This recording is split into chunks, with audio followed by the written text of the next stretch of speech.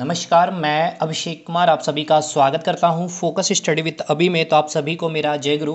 तो चलिए आनंद लीजिए और कन्फ्यूज़न में क्वेश्चन गलत करना है आपको। डेली लाइफ जो आप अपने जीवन में डेली लाइफ में साइंस से रिलेटेड जो चीज़ें यूज़ करते हैं ना, देख रहे होते हैं, जो घटना आपके जीवन में घटित होते हैं, वो सारे सवाल अपने फुल लेंथ टेस्ट में डाले हैं। और उसके साथ साथ मैंने आज आपको 7 सवाल लिए, ठीक है ना।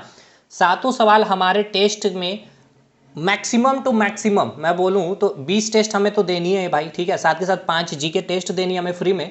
सातों में मैं मैक्सिमम कह रहा हूँ कि आपके 2 मुश्किल से मुश्किल या 3 आप चले गए तो बहुत अच्छी बात है। बाकी 4 क्वेश्चन तक पहुँचना मुश्किल हो जाएगा।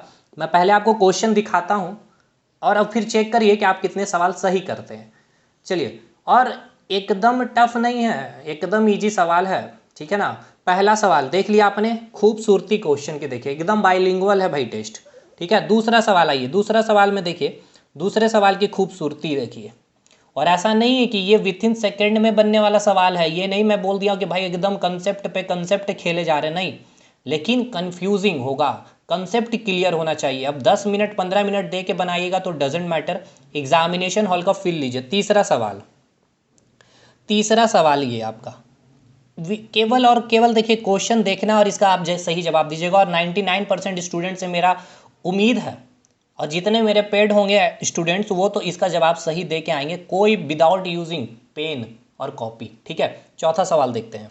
चौथा सवाल आपकी खूबसूरती बताती है, आपकी कंसेप्ट कितनी क्लियर है लाइट चैप्टर की। लाइट जीवन में देख रहे हैं ना भाई, है ना।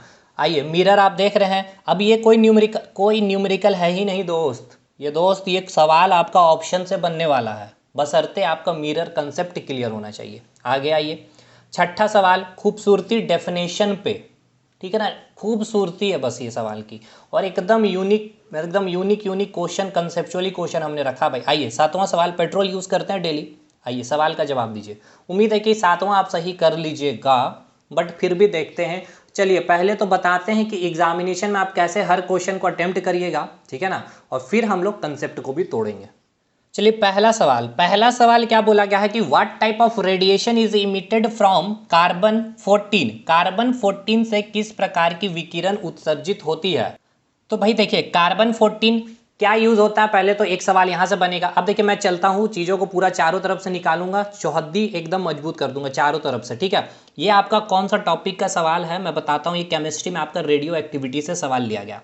कार्बन 14 का पहला सवाल आपसे बनेगा कि इसका यूज़ किस चीज़ के लिए किया गया। देखिए, एक्सप्लेनेशन मैंने ऐसे ही रखा। कार्बन 14 का यूज़ किया गया है जितने भी जीवाश्म हैं, और जितने मतलब कि जीवाश्म को इंग्लिश में हम लोग क्या कहेंगे, फॉसिल्स, ठीक है ना। जितने भी जीवाश्म हैं और जितने भी ईंधन है, ठीक है ना, यानी कि जितने भी जीवाश्म और जो रॉक्स है, यानी कि जो चट्टाने हैं, यानी कि फॉसिल्स और रॉक की जो एज है उसकी आयु पता करने के लिए हम लोग कार्बन 14 का यूज़ करते हैं। दूसरी बात, जब हम बात कर रहे होते हैं रेडिएशन इमिट करने की, तो कार्बन 14 क्या है, आपकी एक रेडियो एक्टिव एलिमेंट है दोस्त। रेडियो एक्टिव एलिमेंट से समझते ही हमें क्या समझ में आता है कि कार्बन 14 आपकी कैसी एलिमेंट है, रेडियो एक्टिव एलिमेंट है। रेडियो एक्टिव एलिमेंट हम किसे कहते हैं कि वो एटम या फिर वो तत्व या फिर जो एलिमेंट, हम इसे इंग्लिश में कह सकते हैं, जिसकी न्यूक्लियस क्या होती है, अनस्टेबल होती है। अनस्टेबल कहने का मतलब ये है कि ये क्या करेगी, रिएक्शन में पार्टिसिपेट करेगी। अब भाई अनस्टेबल है, आप अनस्टेबल है, तभी तो आप जॉब की तैयारी कर रहे हैं, जहां जॉब मिल गया आप स्टेबल हो गए। सिंपल सी बात, ये एटम भी अपने आप को स्टेबल करने के लिए, स्टेबल करने का मतलब ये है कि उसके आउटर मोस्ट सेल में कितना इलेक्ट्रॉन होना चाहिए, 8 इलेक्ट्रॉन।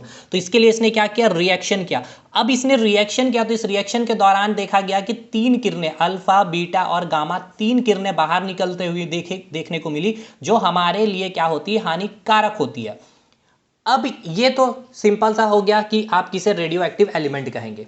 अब बात की जा रही है यहां से कि what type of radiation is emitted from carbon 14।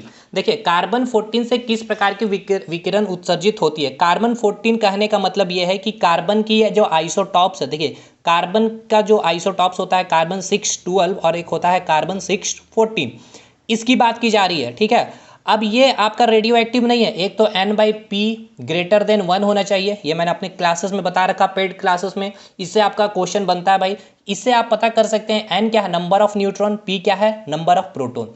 अगर इसकी जब रेशियो निकालेंगे और ग्रेटर देन 1 आ जाता है, ठीक है, तो वो क्या होती है, आपकी रेडियो एक्टिव एलिमेंट होती है। ये एक मैंने बताया था प्रोसेस। जैसे कि इसमें आप निकालेंगे तो नंबर ऑफ न्यूट्रॉन कितना हो गया, 12-6, यानी कि परमाणु संख्या माइनस एटॉमिक नंबर, और एटॉमिक नंबर कितना है, 6/6, 1 आया। अब इस केस में आपकी क्या आ जाएगी, n/p रेशियो कितना, 8, 14 में से 6 गया 8, और परमाणु संख्या कितनी, 6। तो अब इसका क्या आ गया, 4/3, यानी कि ग्रेटर देन 1। तो ये आपकी क्या थी, रेडियो एक्टिव एलिमेंट, प्रूव मैंने कर दिया भाई। अब आइए, इसको यहां पूछा गया कि इस कार्बन 614 से कौन सी रेडिएशन विकिरण उत्सर्जित होगी, गामा किरण, अल्फा किरण, बीटा किरण, या तीनों में से तीनों सही होगा, ठीक है ना, ऑल, या फिर तीनों किरणें निकलेगी।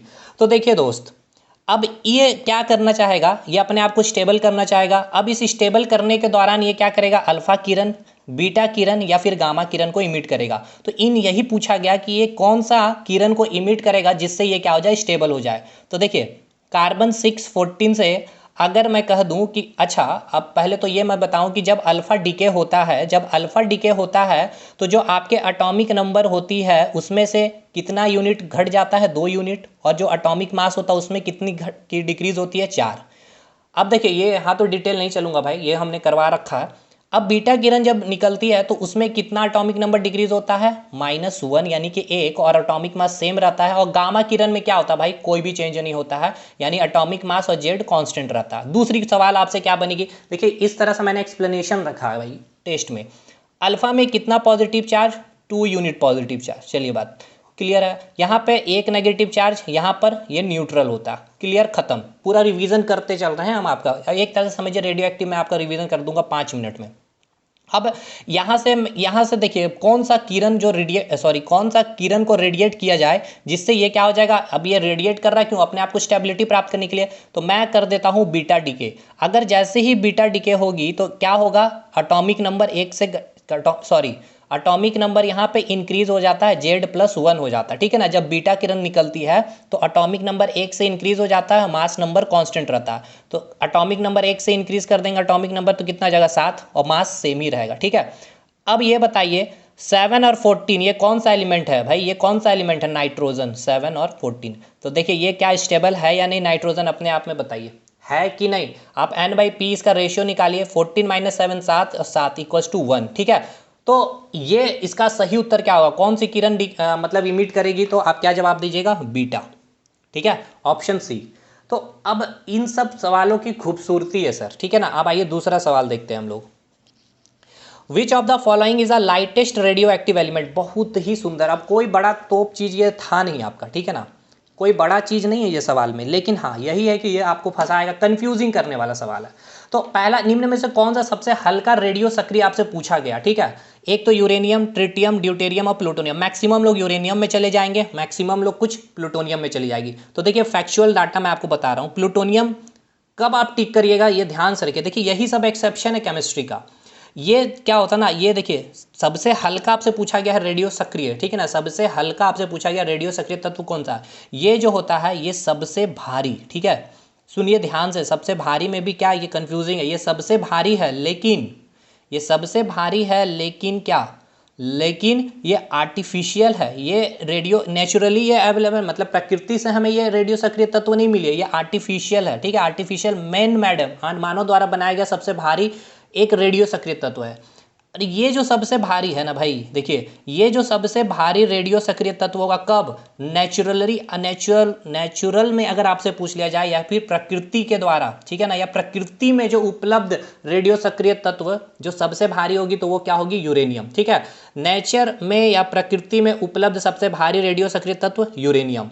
अगर पूछ लिया जाए आर्टिफिशियली सबसे भारी रेडियो सक्रिय तत्व प्लूटोनियम। अब आइए, अच्छा ये किसकी याद दिला रही है, ट्रिटियम और ड्यूटेरियम, आपको याद इसको आनी चाहिए। ये हाइड्रोजन का आइसोटॉप है 1H3 और ये है आपका 1H2। अब हमने तो मेटल्स नॉन मेटल में क्लियर कर दिया था कि ये क्या होता है, रेडियो एक्टिव होता नहीं है, ये रेडियो एक्टिव होता है। तो सिंपल सी बात है, हाइड्रोजन का एटॉमिक मास कितना होता है, 1। अब सबसे कम एटॉमिक मास किसका होता है, हाइड्रोजन का ही। अब उसका आइसोटॉप आइए यहाँ पर 1H2 1H3, इसमें भी ये हमने कहा ड्यूटेरियम और ट्रिटियम, ये दोनों में से रेडियो, ये तो आपका रेडियो एक्टिव एलिमेंट है ही नहीं, तो ये आपका रेडियो एक्टिव एलिमेंट है, मैंने बताया था। तो सबसे हल्का कौन है, देखिए ट्रिटियम सबसे हल्का होता। तो इसमें करना कुछ नहीं था, एग्जामिनेशन में आपको बस देखना था यूरेनियम तो सबसे भारी, लेकिन नेचुरल में अगर आपसे पूछ लिया जाए तो प्लूटोनियम सबसे भारी लेकिन आर्टिफिशियली। अब यहाँ लोग फंस रहे हैं, अब इसमें से बहुत लोग यहीं पर फंसते हैं, ड्यूटेरियम या ट्रिटियम। तो ड्यूटेरियम भाई हैवी वाटर है, ठीक है ना, भारी जल है आपका, जो आप मॉडरेटर की तरह आप न्यूक्लियर रिएक्टर में यूज़ करते हैं। ये सब देखिए एक्सप्लेनेशन हमने रखा, जो हर एक एक्सप्लेनेशन आपका क्वेश्चन बनेगा।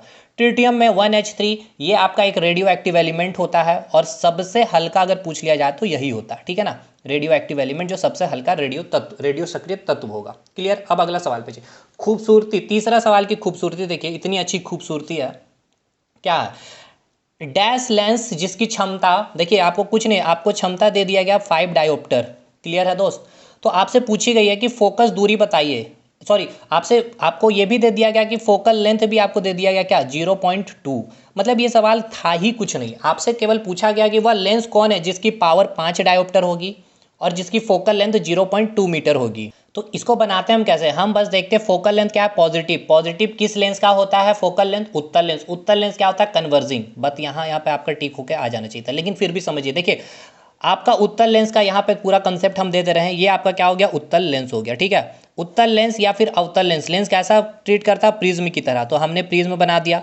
प्रिज्म की क्या प्रॉपर्टी होती है, वो अपने बेस की तरफ लाइट को क्या करती है, बेंड कर देती है। ये लाइट आया आपके पास, ठीक है, ये बेस है, ये वाला बेस हो गया, ये बेस, तो लाइट इसकी तरफ बेंड कर गई, यहाँ पर बेंड कर गया, ये लाइट यहाँ चला गया, ये लाइट यहाँ बेंड कर गया, ये फोकस बन गया।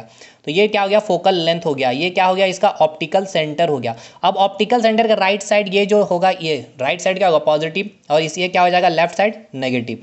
तो फोकल लेंथ किधर है, राइट साइड है, तो पॉजिटिव है। फोकल लेंथ क्या है, यहाँ पे भी 0.2 क्या है मीटर में, ये क्या है आपका पॉजिटिव है। पॉजिटिव है तो कॉन्वेक्स लेंस कैसा होता है, लाइट को क्या कर रहा है, देखिए लाइट आया और एक जगह कन्वर्ज कर गया, तो कैसा, कन्वर्जिंग लेंस, ठीक है। कन्वर्जिंग को बोलते हैं अभिसारी लेंस। तो कि ये सब तो हमने बहुत डिटेल आप लोगों को पढ़ाया भाई, 20-22 क्लासेस हमने लिए लाइट चैप्टर पे अपने एप्लीकेशन में, तो आपको पता भी होगा ये सब सारी चीज़ें, ठीक है। लेकिन इनको बनाने का ये तरीका होना चाहिए एग्जामिनेशन हॉल में। अगले सवाल पे चलते हैं। चौथा सवाल क्या बोला गया, निम्न में से किस रंग का अपवर्तनांक कम होगा, which colour having list refractive index. भाई देखिए क्या इसमें इसको देख के आपको हंसी आनी चाहिए और टिक करके निकल जाना चाहिए था सही जवाब पे। लेकिन देखिए क्या है, रिफ्रैक्टिव इंडेक्स अपवर्तनांक, ये क्या बताता है, ये क्या एक्सप्लेन करता है, लाइट की स्पीड को, यानी लाइट का स्पीड कम होगा या फिर अधिक होगा। तो हम कैसे बोलते थे, अगर म्यू की वैल्यू अधिक होगी तो स्पीड ऑफ लाइट क्या हो जाएगी, कम हो जाएगी, और अगर म्यू की वैल्यू कम होगी तो लाइट ऑफ स्पीड क्या हो जाएगी, अधिक हो जाएगी, ठीक है। अगर लाइट की स्पीड अधिक है यानी वो कैसा मीडियम था, रेयरर मीडियम था, यानी हम रोड पे दौड़ रहे थे, याद करिए एग्जांपल।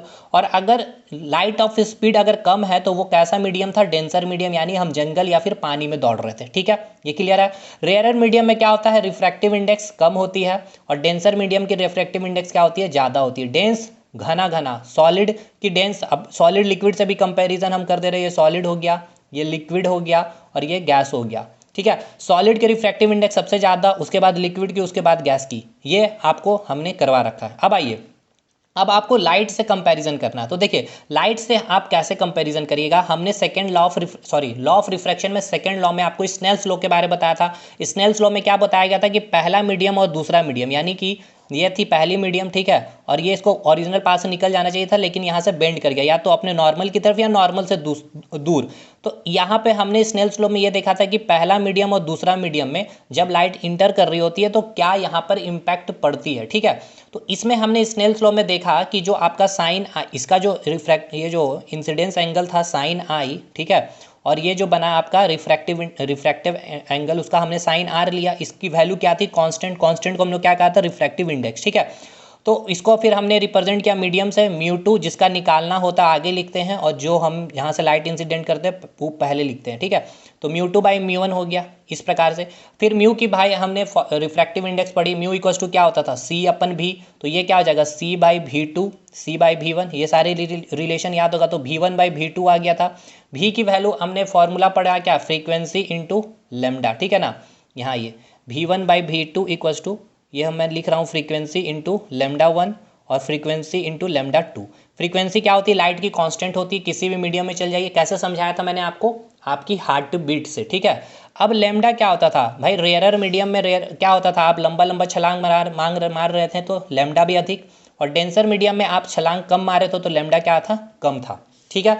उसी प्रकार यहाँ पे अब देखिए पहला मीडियम और ये आपका लेमडा वन भी पहला मीडियम का, ठीक है। और यहाँ पे आपका जो रिलेशन है μ2/μ1 है।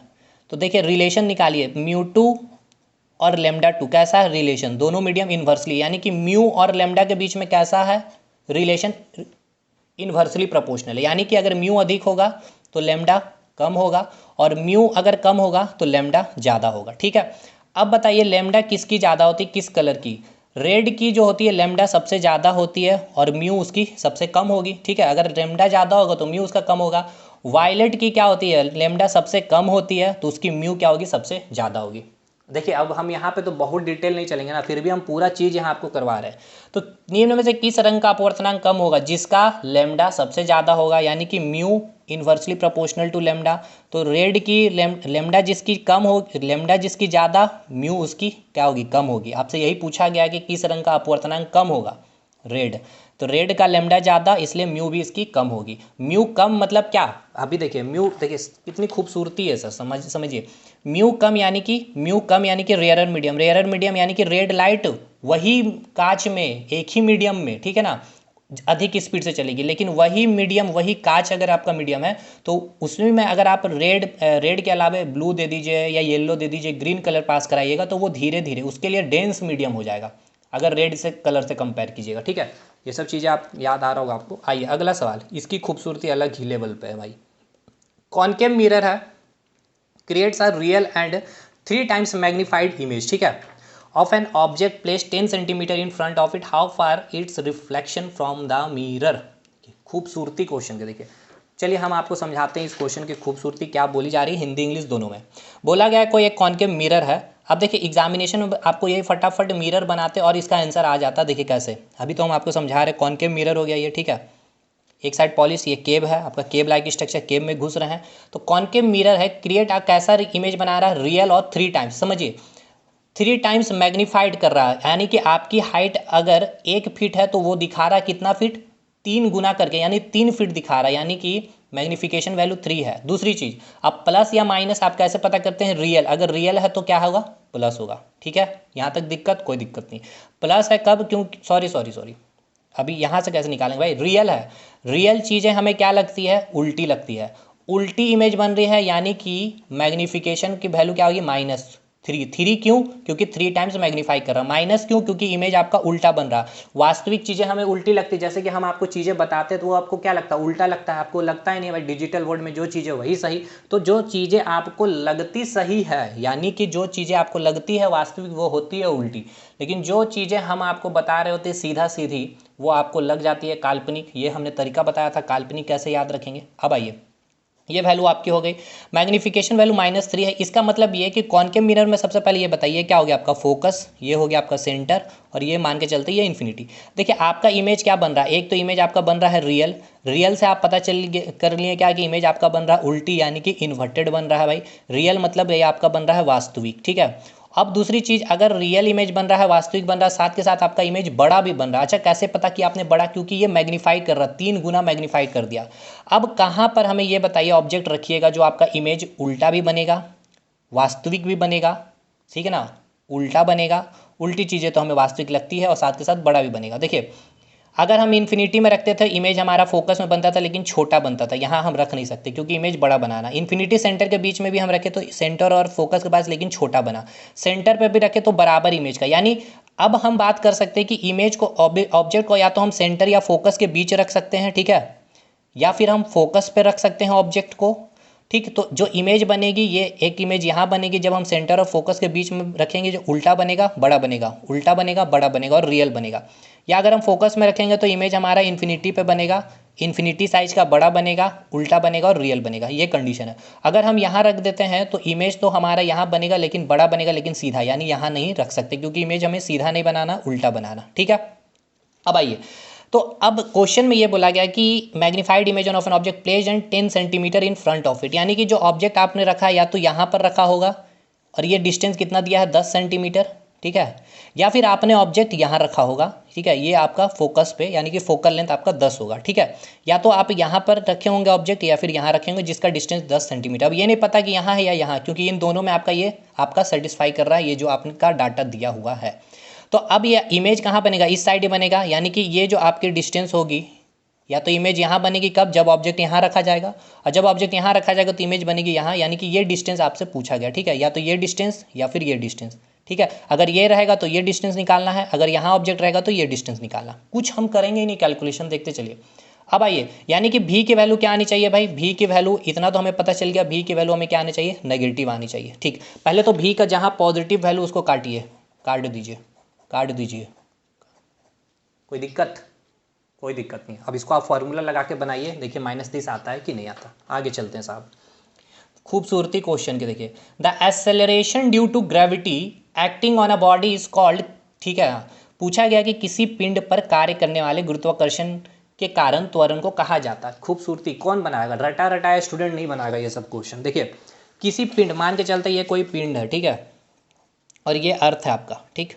हमने आपको बताया था ये पिंड भी इस पर एक फोर्स लगाएगा और ये अर्थ भी इस पर फोर्स लगाएगा, जिसको हम क्या कहते हैं, अट्रैक्शन फोर्स कहते हैं, ठीक है। ये अर्थ भी इस पिंड को अपनी ओर खींचती है और ये पिंड भी अर्थ को अपनी ओर खींचते हैं, लेकिन मास अधिक होने के कारण ये अर्थ यहीं पर हमें फील होता है स्टैटिक, और इसका मास कम होने के कारण ये हमें अपने अर्थ को हमें क्या करता है, अपनी ओर खींच लेता है। तो जिस फोर्स से या फिर जिस गुरुत्वाकर्षण बल से हमें खींचता है ना, वो जितना फोर्स लगा रहा होता है वही इस पिंड का क्या होता है, आपका भार होता है। जैसे कि हम लिख रहे होते हैं ना, ये बॉडी है, इसका वेट नीचे mg लग रहा, तो ये mg कितना लगेगा, ये डिपेंड करेगा कि ये अर्थ कितना फोर्स से इस ऑब्जेक्ट को खींच रहा है। तो वही बात हो गया कि किसी पिंड पर कार्य करने वाले गुरुत्वाकर्षण के कारण जो त्वरण होगा, ठीक है ना, अब इसको अपनी ओर खींचा तो क्या हुआ, एक त्वरण उत्पन्न हुआ, जिसको हम क्या नाम देते हैं, एक्सेलरेशन ड्यू टू ग्रेविटी या फिर गुरुत्वीय त्वरण, ठीक है। तो इसको क्या बोलेंगे हम लोग, इसका क्या होगा, जो त्वरण से इसको खींच रहा होता है जिस फोर्स से, वो उसका क्या होता है, उसका भार होता है। mg क्या होता है, भार यानी कि वेट होता है। किसी पिंड पर कार्य करने वाले गुरुत्वाकर्षण के कारण त्वरण को क्या कहा जाता है, ठीक है, किसी पिंड पर कार्य करने वाले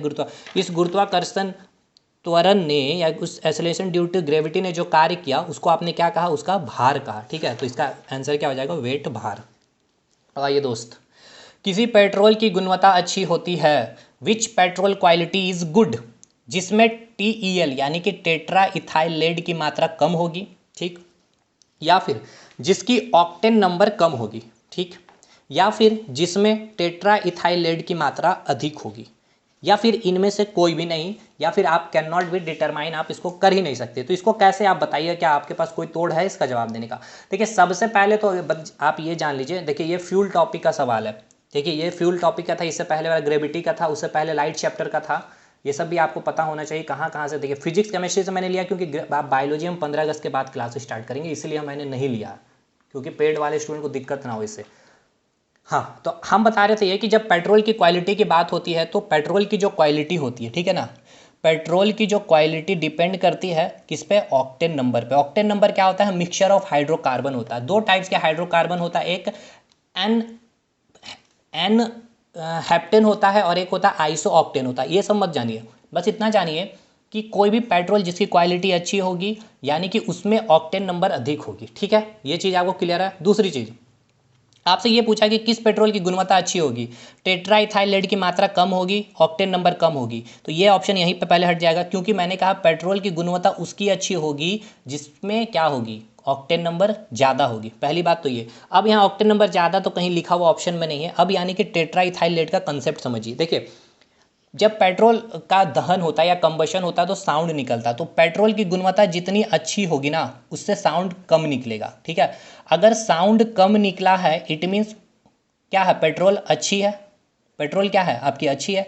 और अगर पेट्रोल अच्छी है यानी कि उसमें क्या होगा, ऑक्टेन नंबर ज़्यादा होगा।